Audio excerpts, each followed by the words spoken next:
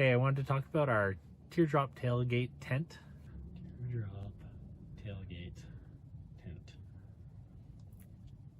Say that 5 times I know. fast.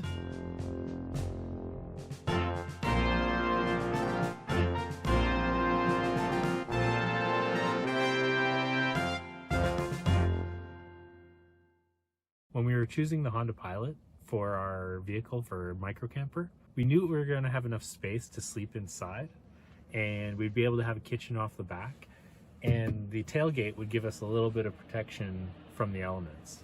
But we wanted something a bit more, and we came across tailgate tents, which provide a nice covering but have no sides.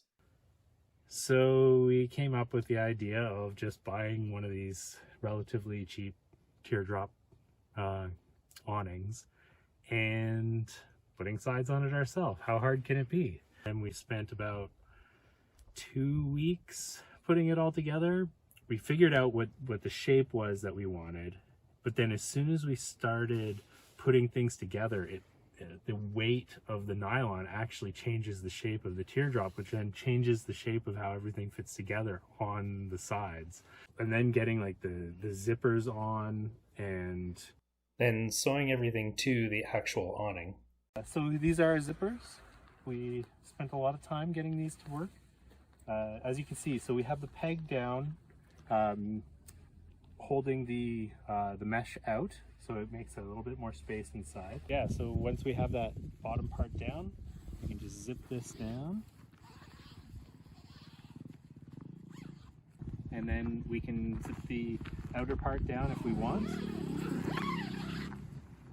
for privacy and for keeping out rain and wind and all of that kind of stuff. And if we want to actually have the air coming through, we can open these up and then just roll up the outer part, leaving them nice mesh, and it's almost like a big dining tent in there.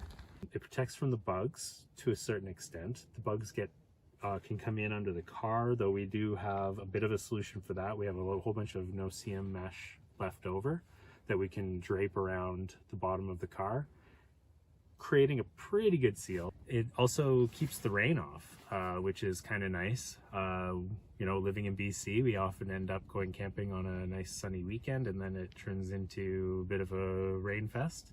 Another thing we had to do when we were making the sides, we had to plan ahead to put in the straps, these little nylon ties for when you need to roll up the sides. We just had to have those ties in there originally so that they wouldn't be coming off all the time. It worked out really well though. So now we have the no-seam mesh and the nylon sides are separate. And we can peg them down to the ground, and you can peg the mesh down separately from the nylon, and it kind of creates a nice big space inside.